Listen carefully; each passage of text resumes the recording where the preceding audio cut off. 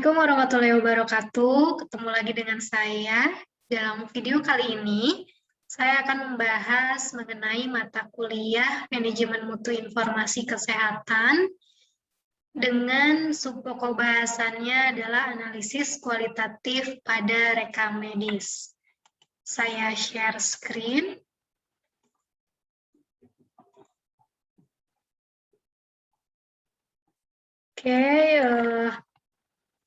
Ini analisis kualitatif rekam medis ya di program studi D3 rekam medis dan informasi kesehatan.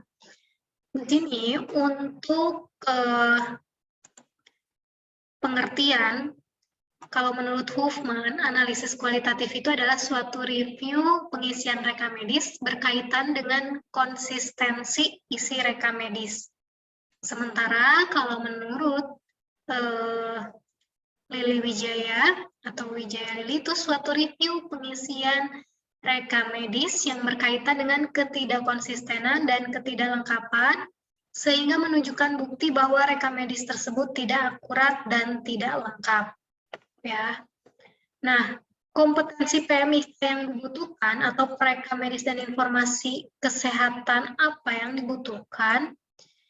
Itu yang pertama adalah para PMIK harus menguasai terminologi medis, ya, anatomi dan fisiologi, dasar-dasar proses penyakit, isi rekam medis, standar perizinan, akreditasi, dan badan pemberi sertifikat. Oke, dilanjut. Ini komponen analisis kualitatif pada rekam medis, itu ada 6 komponen. Ya, yang pertama adalah review kelengkapan dan konsistensi. Yang keduanya adalah review konsistensi terhadap pencatatan. Yang ketiga, review deskripsi dan catatan pengobatan terkait. Yang keempatnya, review pendokumentasian inform konsen atau persetujuan tindakan. Yang kelimanya, review praktik pendokumentasian, dan yang keenam itu review kejadian yang berpotensi ganti rugi. Nah, untuk yang pertama, ini review kelengkapan dan konsistensi. Apa saja sih? Ini contoh kalau pada diagnosis, ya, itu biasanya ada diagnosis masuk atau admitting diagnosis. Terus ada additional diagnosis atau diagnosis tambahan. Nah, khusus kasus operasi, itu ada pre dan post operatifnya, ada pathological diagnosis, dan ada clinical diagnosis. Ya. Terus ada principal diagnosis atau diagnosa utama, secondary diagnosis, ya, diagnosis tambahan, dan ada comorbidity. Jadi ini harus konsisten. Nah, yang kedua, itu review konsistensi pencatatan. Contohnya, pada catatan perkembangan, ya, catatan perkembangan pasien, itu kan ditulisnya oleh perawat. Dan biasanya kan perawat itu 3 shift. Jadi shift pagi, shift siang, shift malam. Nah, apa yang dituliskan oleh perawat pada catatan perkembangan pasien, itu harus sesuai dengan apa yang ada di instruksi dokter. Ya. Nah, terus apa yang ada pada catatan perkembangan dan instruksi dokter itu harus konsisten juga dengan pencatatan obat. Kalau misalkan diagnosisnya A, maka pemberian obatnya pun harus pemberian mengenai penyakit A. Nah, itu yang dinamakan konsisten, begitu. Nah, terus yang ketiga, review, deskripsi, dan catatan terkait pengobatan. Di sini, setiap kondisi pasien itu harus tercatat dalam rekam medis. Alasan dalam penegakan keputusan, baik dilakukan tindakan ataupun tidak, itu harus ada catatannya. Ya. Jika ada perubahan dalam pengobatan, maka harus dilakukan penjelasan juga. Ada perubahan, misalkan pengobatan. Nah, itu sertakan alasannya kenapa. Kenapa dilakukan pengobatan yang berbeda dengan sebelumnya? Jadi harus ada alasan. Yang keempat, review pendokumentasian inform konsen. Nah, tentunya Inform consent ini atau surat persetujuan tindakan atau operasi ini harus dapat dipertanggungjawabkan secara hukum. Terus, review praktik pendokumentasian. Ini kaitannya dengan clinical pathway, ya, atau jalur perawatan atau jalur kritis, di mana suatu pedoman yang digunakan untuk mengelola kualitas dalam perawatan kesehatan itu harus sesuai dengan standar proses perawatan yang ada, ya. Jadi harus sesuai dengan SOP, dengan prosedurnya, tidak boleh keluar dari jalur sehingga bisa menyebabkan atau ada indikasi hal tersebut malpraktek. Terus yang terakhir, review kejadian yang berpotensi ganti rugi. Nah, di sini rekam medis ini harus dapat menjadikan salah satu sumber bukti hukum, ya. Ketika suatu saat nanti misalkan ada tuntutan, baik itu kepada pihak institusi pelayanan kesehatan, ya, dilakukan oleh pasien ataupun pihak ketiga karena dianggap merugikan salah satu pihak. Ya, jangan sampai nanti ada laporan malpraktik, sementara rekam medisnya karena tidak lengkap, karena tidak konsisten, sehingga tidak bisa dijadikan sebagai bukti hukum.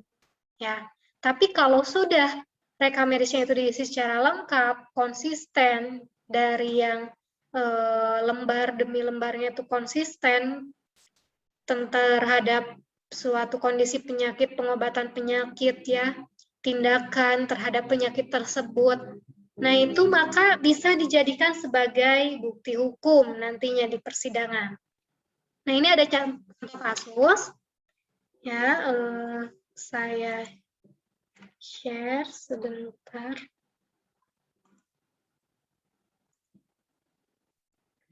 Nah, ini, mohon maaf.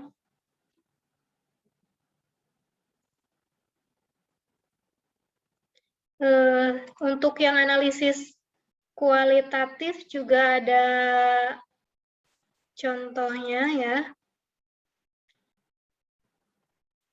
Saya share yang kualitatif ini. Nah, ini yang kualitatif. Nah, tadi disesuaikan. Kalau yang kuantitatif itu kan reviewnya ada identifikasi pasien, laporan yang penting, ya, pendokumentasian, terus autentifikasi, ada 4 kurang lebih. Nah, kalau kualitatif ini yang tadi ada 6. Ya, nih. Ada 6. Tuh. Setiap komponen analisis itu ada beberapa indikatornya. Di sini contoh untuk yang review kelengkapan dan konsistensi. Itu ada diagnosa masuk atau awal, ada anamnesa, diagnosa utama, tambahan, komorbid, dan khusus untuk pasien operasi, kasus operasi ini yang tanggung jawabnya dari seorang dokter. Nah, kalau untuk dari perawat, itu ada konsistensi mengenai catatan dan asuhan keperawatan, ya. Nah, terus di sini juga ada review konsistensi pencatatan. Kalau yang dilakukan dokter, ini ada kesinambungan antara catatan yang ada di UGD atau di poliklinik dengan catatan yang ada pada ruang perawatan gitu. Misalkan sebelum ke ruang perawatan pasien tersebut masuk ke IGD dulu. Nah, harus konsisten antara apa yang ada di laporan pada catatan UGD dengan yang sekarang ada di ruang perawatan.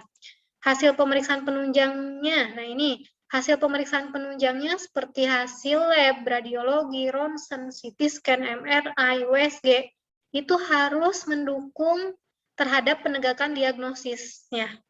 Ya, kalau perawat ini tentang konsistensi catatan perkembangan dan asuhan keperawatan. Nah, di sini ada review, deskripsi, dan catatan terkait pengobatan.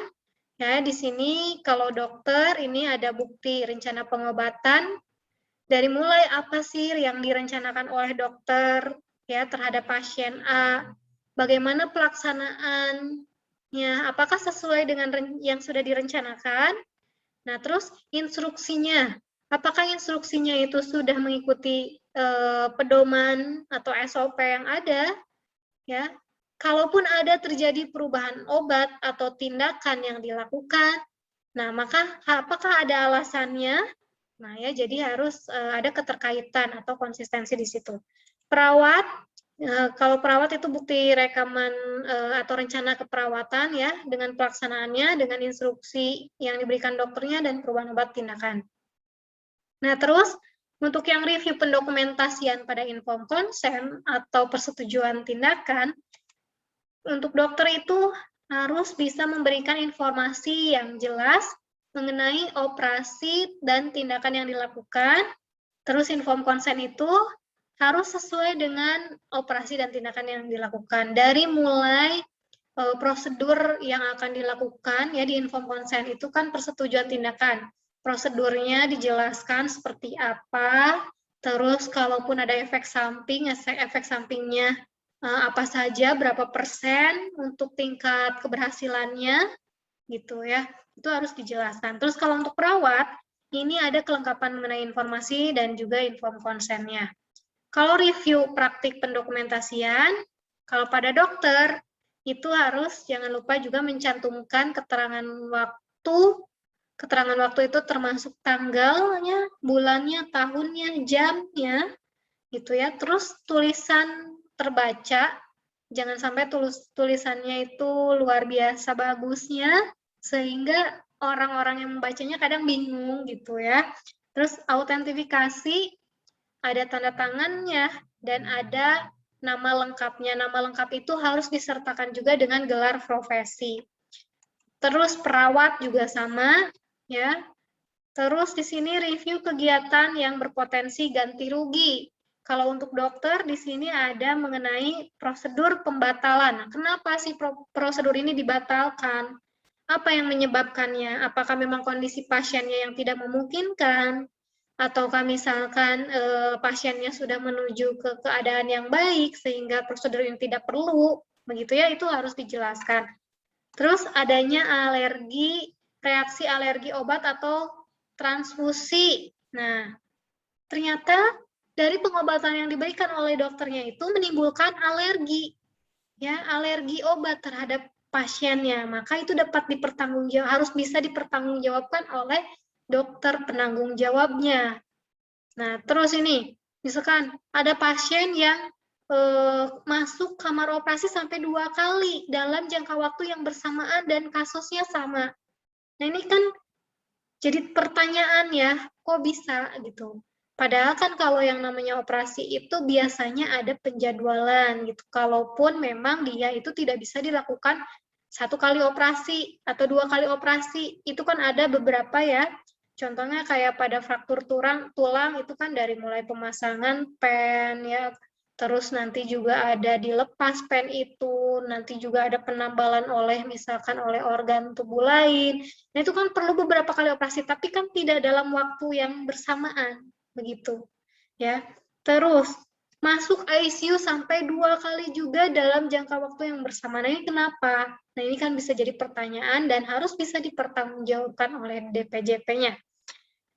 Masuk ICU tanpa rencana.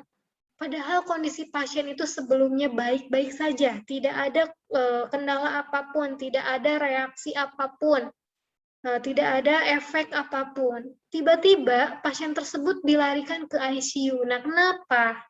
Ya, pulang paksa atau pasien pindah, tapi bukan karena alasan administrasi. Jadi pulang paksanya bukan karena alasan nggak ada biaya, ya bukan. Tapi misalkan karena pulang paksanya misalkan karena merasa kurang dari pemberian pelayanannya, gitu ya, baik itu dari segi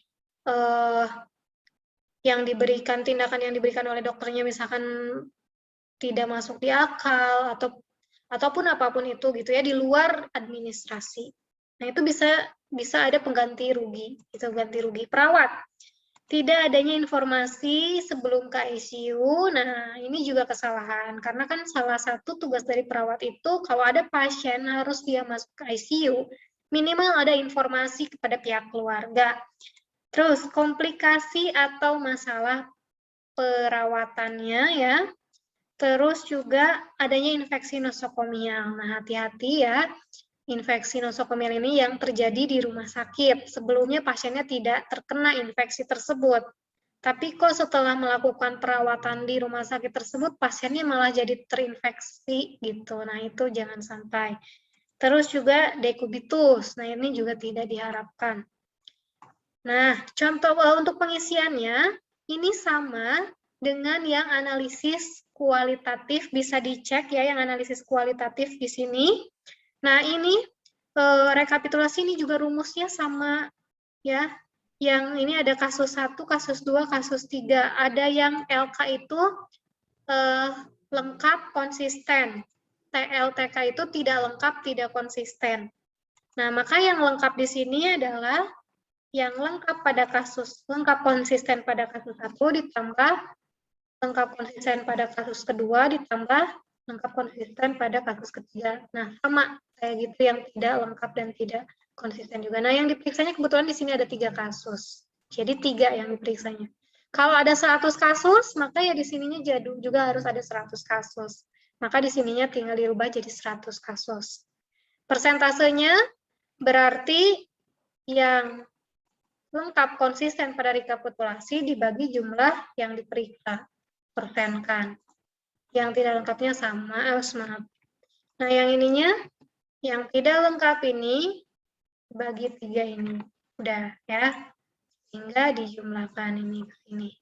Contoh, di sini kita isi kasus yang pertama di sini, misalkan nomor rekam medis 1 ya, contoh ini nomor rekam medisnya 1.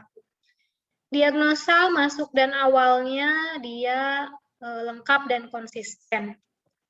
Tapi pada anamnesa, misalkan, itu tidak konsisten. Tidak konsistennya kenapa? Misalkan antara yang disampaikan oleh pasiennya itu tidak dijalankan gitu oleh para tenaga kesehatannya. Misalkan diagnosa utamanya konsisten dan lengkap, diagnosa tambahannya konsisten dan lengkap. Nah, misalkan komorbidnya lengkap, nah ini lengkap juga. Tidak semua ada kasus operasi ya, kalau yang tidak ada kasus operasi maka dianggap lengkap dan konsisten, karena kan tidak semua pasien dilakukan itu. Nah, ya misalkan yang kasus yang nomor rekam medis, contohnya rekam medis 2 gitu ya. Nah, untuk yang diagnosa masuk awalnya itu dia konsisten, untuk anamnesanya konsisten, tapi ke diagnosa utamanya dia tidak konsisten, ya. Terus diagnosa tambahannya tidak lengkap, misalkan hanya menambahkan 1 aja, padahal pasiennya itu punya beberapa komorbid juga, misalkan ya, tidak lengkap, gitu.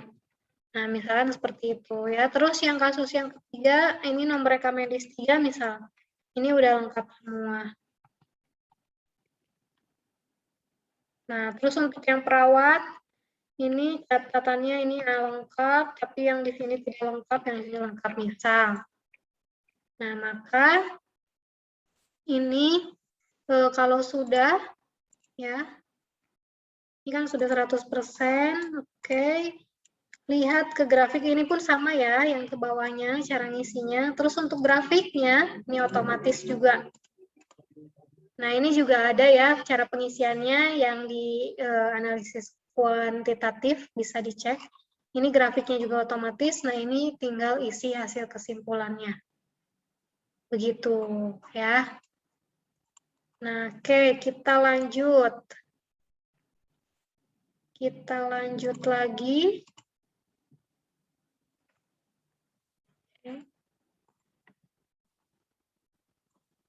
Nah, ini ya hanya istilah di mana nanti kita harus paham mengenai pecahan, karena nanti ada pembagian, ada ini ya pecahan-pecahan. Nah, yang dinamakan ini, yang satu ini dinamakan numerator. Numerator atau bahasa Indonesianya adalah pembilang ya. Nah, kalau yang nomor 2 ini dinamakannya denominator atau penyebut. Oke, sekarang kita lihat di sini lanjut ya yang kriteria hasil analisis. Kriteria hasil analisis kualitatif itu ada 2. ada incomplete medical record atau IMR, ada delinquent medical record atau DMR. Rumus untuk incomplete medical record ini ada ya. Ini jadi IMR ini merupakan rekam medis dengan kekurangan yang spesifik dan masih dapat dilengkapi oleh para pemberi pelayanan kesehatan. Siapa para pemberi kesehatan? Bisa dokter, perawat, bidan, ya, dan lain-lain.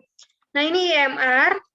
Jadi nanti nilai IMR-nya, berapa rekam medis yang masih belum lengkap dan bisa segera dilengkapi, dibagi jumlah pasien pulang selama periode itu, dikali 100%. Contohnya, di sini, di rumah sakit X, jumlah pasien pulang saat ini 80 orang. Berarti 80 orang ini sebagai apa? Denominator atau penyebut atau jumlah pasien pulangnya kan. Nah, sementara itu, petugas analisis rekam medis menemukan 17 berkas yang masih belum dilengkapi oleh pemberi layanan kesehatan. Berarti ini IMR-nya atau numeratornya, pembilangnya.